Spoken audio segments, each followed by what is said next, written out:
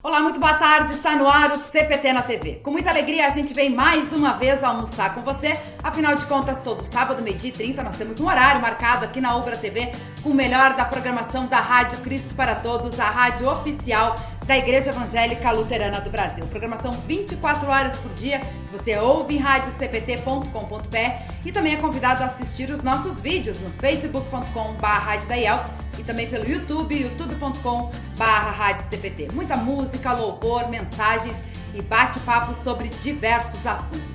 E a gente abre o cardápio de hoje com uma entrevista muito especial com o pastor Evandro Binchen e a sua esposa, Kedman, Paragominas, do Pará, falando sobre a filha deles que tem síndrome de Down, a pequena Eva, de apenas 2 anos de idade. Essa entrevista que foi concedida na série sobre inclusão que a gente ofereceu no programa Revista CPT Kids. Confira aí. A síndrome de Down, como já foi colocado, ela não é deficiente, ela não é uma doença, né? Ela é uma condição genética. Né? A outra coisa que a gente tem que ter o cuidado, a criança ela não é portadora, ela não porta, né? Porque quem porta, eu posso portar e desportar, né? Não, ela é uma criança Down. Então, quando me perguntaram uma vez assim, a Eva é doentinha? Eu falei, não, ela não é doente, porque doente trata com remédio, ela é uma criança e passa, né? Uma doença você pode curar. E ela não, ela é uma criança com Down, né? Então ela não é uma criança especial, ela é uma criança com necessidade específica, como todos os outros seres humanos têm algum tipo de necessidade específica. Então a gente teve que começar a compreender, porque a primeira barreira que nós tivemos, no caso até eu tive, foi como educar, porque apesar de ter a síndrome que parece mais a síndrome de Down, o desconhecimento é muito grande ainda, né? Então, entender, porque muitas vezes o pai fala assim, meu filho vai ser um inválido, não vai poder fazer nada. Não! Hoje em dia, principalmente com a tecnologia, a criança com uma necessidade específica, uma criança deficiente, ela tem todas as condições de se desenvolver. A questão é que, como a gente está numa geração imediatista, a gente não quer esperar, né? A gente já quer que o nosso 5 anos já leia, já discurse, já corra. A gente não quer ter essa paciência, né? Que com ela vai ser passo a passo. E nós descobrimos isso, que com a Eva, ela ia desenvolver. Então, quando a gente percebeu que, não, ela vai desenvolver, ela vai ir para a escola, né? E isso é maravilhoso, a escola com essa questão de inclusão, porque antes era uma salinha só com crianças com necessidades específicas ali, né? As crianças deficientes ficavam numa sala específica. E hoje não, elas estão inseridas junto, né? Porque viu a necessidade delas estarem ali socializando com as demais crianças, que isso também potencializa o desenvolvimento dela. E como cristãos, a nossa premissa é Atos 10, que diz, Deus não faz acepção das pessoas. Então a gente já tem que colocar isso como premissa nossa. Deus não faz acepção, então nós não vamos fazer acepção. E começamos a dar todas as oportunidades. Primeiro que trabalhamos em nós, né, uma mentalidade de desenvolvimento. Não, a Eva vai se desenvolver e vai ser empoderada, vai conquistar. Então foi a nossa primeira posição, de mudar os nossos conceitos, né? Porque o primeiro impacto, e eu tive uma amiga que ela disse assim, olha, a Eva, que vocês tinham imagem inicial, ela morreu, eu sei disso.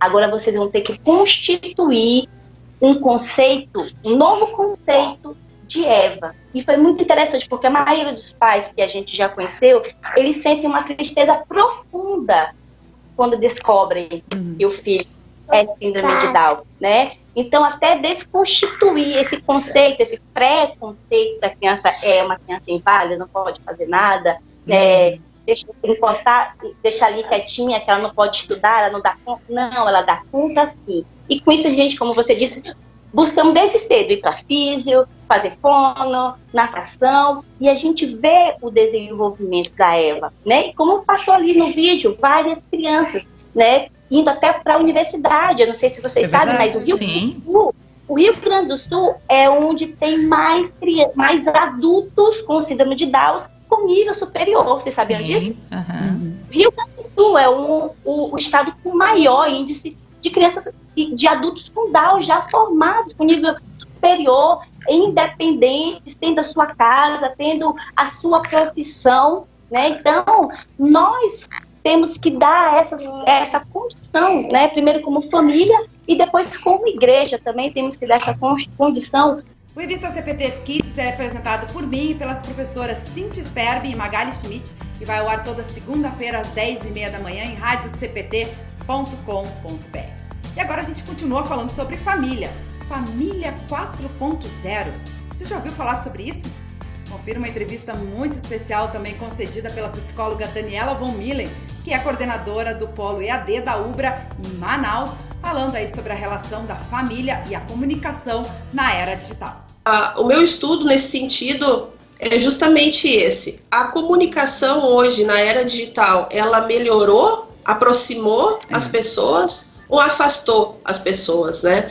Então, eu coloquei até algumas frases assim, né? Antigamente se falava assim, no meu tempo não era assim, quer dizer, hoje se fala assim, né? Alguns, no meu tempo não era assim, antigamente que era bom, a família está em crise, no meu tempo bastava olhar que a criança ficava quieta. Quem nunca ouviu essa frase, né? É verdade. Os pais não sabem mais educar os filhos, os jovens comportam-se cada vez pior. Então, esse tipo de comentário a gente escuta bastante hoje em dia, dos mais antigos, um pouco mais antigos do que 4.0, né, que viveram numa geração anterior, mas que tiveram... nós vivemos na nossa geração ainda, né, Batatinha? Não olha assim. Mas antigo... mas... Vai dizer que tu nunca escutou essa frase assim, no meu tempo não era assim. Não sei, o sentido é esse, né, de que era melhor. Mas tu falou ali que era diferente. Esse que é o ponto que eu quero tratar hoje. Cada época teve as suas tecnologias. E cada tecnologia trouxe impacto para sua família, né, para as famílias e para a comunicação também. Então, há tempos atrás, por exemplo, a mulher não tinha tanta voz ativa dentro da família como hoje, por exemplo, né? Não se tinha televisão. Quando chegou a televisão foi um grande impacto para a família, a TV aberta trazendo as novelas para o interior, ficaram sabendo de coisas que aconteciam nas cidades grandes, né? E hoje com a internet todo mundo sabe de tudo a todo momento, é criança, jovem, adulto, todo mundo tem acesso à informação. Nós estamos falando aí de 2 cantos do Brasil, né? Então a comunicação é muito mais rápida, é muito mais intensa. E aí se vem a ideia de que a família está acabando, de que isso está acabando com a família, que todo mundo fica no celular, de que todo mundo fica ligado na internet e que não lembra mais da família e que a comunicação na família vem piorando. Então a provocação que eu quero trazer hoje para os ouvintes, Luana, é justamente pensar assim, se essa tecnologia toda, essa era digital veio para melhorar comércio, melhorar a indústria, melhorar a comunicação, melhorar a educação, por que ela viria para acabar com a família? Eu penso que a tecnologia, essa desculpa de que a tecnologia está acabando com a comunicação dentro da família, é mais ligada ao nosso uso do tempo, ao nosso uso das tecnologias. Então aí que entra a parte crítica da questão, né? Será que a gente não está usando a tecnologia como mais uma desculpa para não aprimorar ou para não colocar em prática as nossas habilidades sociais e de comunicação, e principalmente dentro da nossa família? Como tu administra o teu tempo diz muito a teu respeito, né? Das tuas prioridades de vida. Então, o tempo é o mesmo, como tu falou. Então, para que a gente ponderar, trabalhar 60 horas, quando chega em casa, ficar na internet, ficar no celular. Eu ouvi há pouco tempo atrás, aqui em Manaus também, e todo mundo prega essa frase que eu quero despregar, digamos assim. Não importa a quantidade de tempo que você passa com seu filho ou com a sua família. O que importa é a qualidade do tempo. É verdade. Eu questiono um pouquinho, sabe, Luana? Porque assim, ó, pra gente ter qualidade de tempo, a gente precisa ter intimidade. A gente tem que ter uma relação próxima. E como a gente vai ter essa relação próxima, essa intimidade com nossos filhos, com o nosso esposo, com a nossa esposa, se a gente não tem quantidade de tempo, né? Na educação dos filhos, a gente deve ser exemplo, isso todo mundo sabe, né? Os pais são os primeiros exemplos dos filhos. E como que tu vai ser um exemplo se tu não tem quantidade de tempo? Eu acho que a quantidade de tempo com a família e com os filhos está intimamente relacionada à qualidade do tempo. Porque se dizer assim, meia hora por dia, mas com qualidade, o que seria essa qualidade de tempo com os filhos? Seria dar um presente, seria levar no shopping, ou seria sentar e conversar? E para sentar e conversar, a gente tem que ter essa intimidade, tem que ter tempo. Eu não sou contra a tecnologia, né, Luana? Eu acho que sim, que esses momentos sem celular são importantes, de conversa, olho no olho, é essencial, mas eu vejo também que a tecnologia pode aproximar, né? Quem não tem um grupo de família no WhatsApp, por exemplo, né? Eu acho que isso vem a aproximar também, pensando assim na família estendida, né? Não tanto na relação pais e filhos, mas, por exemplo, quem nunca ligou para o seu filho ou mandou uma mensagem de WhatsApp para o seu filho, sendo que você está na sala e ele está no quarto? Eu já fiz isso, assim, tá começando o filme, vem assistir comigo, né? Então, eu não considero isso ruim, né, essa comunicação, porque no trabalho a gente está exposto à tecnologia e na escola as crianças estão expostas à tecnologia, então o ponto-chave é como a família vai lidar com essa tecnologia dentro de casa. Então, tu saber quais são os jogos virtuais, por exemplo, que teus filhos gostam, com quem eles estão jogando, qual é o youtuber preferido, qual é o meme que eles mais gostam. Então, tu te apropriar da tecnologia que teu filho tá tendo acesso é essencial também. E uma coisa que eu me lembrei, falando agora dos grupos de WhatsApp, que eu comentei numa palestra aqui também, a minha primeira formação foi em Palmas, no Tocantins. Naquela época, não tinha nem telefone celular. 4.1 eu. Não tinha celular. Então, para eu me comunicar com a minha mãe, era muito difícil. A gente tinha que marcar a hora, usar orelhão, enfim. E eu percebo, assim, que muita coisa da minha formação e desses 5 anos que eu passei em Palmas, ela não pôde acompanhar e não pôde vivenciar. E hoje em dia, com o WhatsApp, com o grupo da família principalmente, que a gente tem um grupo da família com os avós juntos, com o meu irmão, com a minha cunhada, eles acompanham tanto a nossa vida, quanto a vida dos meus filhos também, o crescimento, mensagem de voz, ligação de vídeo, enfim. Eu acho que essa tecnologia veio também nesse sentido para aproximar a família, para fazer com que a família pudesse acompanhar mais o dia a dia dos seus queridos, né? Aliás, está todo mundo ligado aí na rádio também, sogro, sogra, mãe, irmão, todo mundo ligadinho aí. E agora chegou daquele momento da mensagem à luz da palavra de Deus. Pastor Geraldo Schiller, apresentador do programa IELB em Ação, compartilha conosco uma mensagem muito linda, falando do amor de Deus e como este amor do Pai Celestial reflete nos nossos relacionamentos entre os irmãos. 1 João 4, 7 a 21. Queridos amigos, amemos uns aos outros, porque o amor vem de Deus. Quem ama é filho de Deus e conhece a Deus. Quem não ama, não o conhece, pois Deus é amor. Foi assim que Deus mostrou o seu amor por todos nós. Ele mandou o seu único filho ao mundo para que pudéssemos ter vida por meio dele. E o amor é isto. Não fomos nós que amamos a Deus, mas foi Ele que nos amou e mandou o seu Filho para que por meio dele os nossos pecados fossem perdoados. Amigos, se foi assim que Deus nos amou, então nós também devemos nos amar uns aos outros. Nunca ninguém viu Deus. Se nos amamos uns aos outros, Deus vive unido conosco e o seu amor enche completamente o nosso coração. A razão por que podemos ter a certeza de que vivemos unidos com Deus e de que Ele vive unido conosco é esta: Ele nos deu o seu Espírito. E nós vimos e anunciamos aos outros que o Pai enviou o Filho para ser o Salvador do mundo. Todo aquele que afirma que Jesus é o Filho de Deus, Deus vive unido com Ele e Ele vive unido com Deus. E nós mesmos conhecemos o amor que Deus tem por nós e cremos nesse amor. Deus é amor. Aquele que vive no amor vive unido com Deus. E Deus vive unido com Ele. Assim, o amor em nós é totalmente verdadeiro para que tenhamos coragem no dia do juízo. Porque a nossa vida neste mundo é como a vida de Cristo.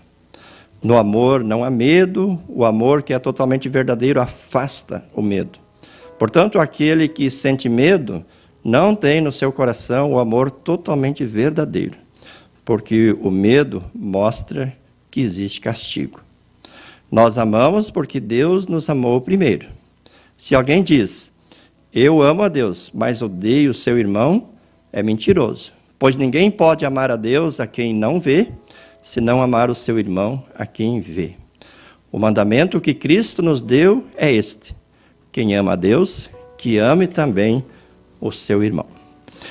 E o tema da mensagem do pastor Alaor é: Deus ama você. Diz assim: um maltrapilho bateu à porta de certa residência pedindo algo para comer. Enquanto providenciava algo, a mulher ficou sabendo que, no passado, este homem tivera uma vida melhor. A bebida o levara à sarjeta, destruído de todas as ambições, transformando-o num mendigo. Estava convencido de que ninguém mais se importava com ele. Um menino da casa aproximou-se e, colocando a mãozinha sobre a manga esfarrapada da sua camisa, perguntou: o senhor ama a Deus? Tendo repetido a pergunta várias vezes, sem obter resposta, a criança acrescentou: bem, Deus ama o Senhor. Os olhos do mendigo se encheram de lágrimas e as suas mãos e pés tremeram. Então o menino foi ao seu quarto e voltou com alguns centavos que tinha guardado em seu cofrinho e deu-os ao pedinte. A cabeça desse homem ficou ainda mais cabisbaixa ao deixar aquela casa. Muitos meses mais tarde, chegou uma carta endereçada ao menino. Entre outras coisas, dizia: meu pequeno, suas palavras me salvaram do inferno. Depois que deixei a sua casa, tudo o que podia ouvir enquanto perambulava pelas ruas era: Deus ama o Senhor. Finalmente, joguei-me no colchão e chorei, até que toda a dureza do meu coração saiu. Então, contrito, arrependido, orei: ó Deus, dá-me novamente a fé de uma criança e salva minha alma por amor de Jesus. Agora eu tenho um emprego e um lugar para dormir. Deus o abençoe, meu filho, por ter ajudado a conduzir um velho e sujo vagabundo ao Salvador. Deus o ama. Esta é a mensagem de hoje. E nós amamos porque Deus nos amou primeiro. O nosso amor não é fruto do esforço próprio. Deus nos capacitou para isso pelo seu Espírito Santo. Que Ele nos conceda um coração aberto e uma visão clara do que devemos fazer e dizer, tirando de nós qualquer timidez, para que de bom grado sempre testemunhemos de seu grande amor por nós, revelado em Cristo Jesus. E o CPT na TV chegou ao fim, mas não fique triste não. Você é convidado a acompanhar a nossa programação 24 horas por dia em radiocpt.com.br. Assista também aos nossos vídeos no facebook.com/radiodaiel e também pelo YouTube, youtube.com/radiocpt. Desejo a todos um abençoado final de semana e espero vocês no próximo sábado, 12h30, aqui na Ubra TV. Tchau, tchau!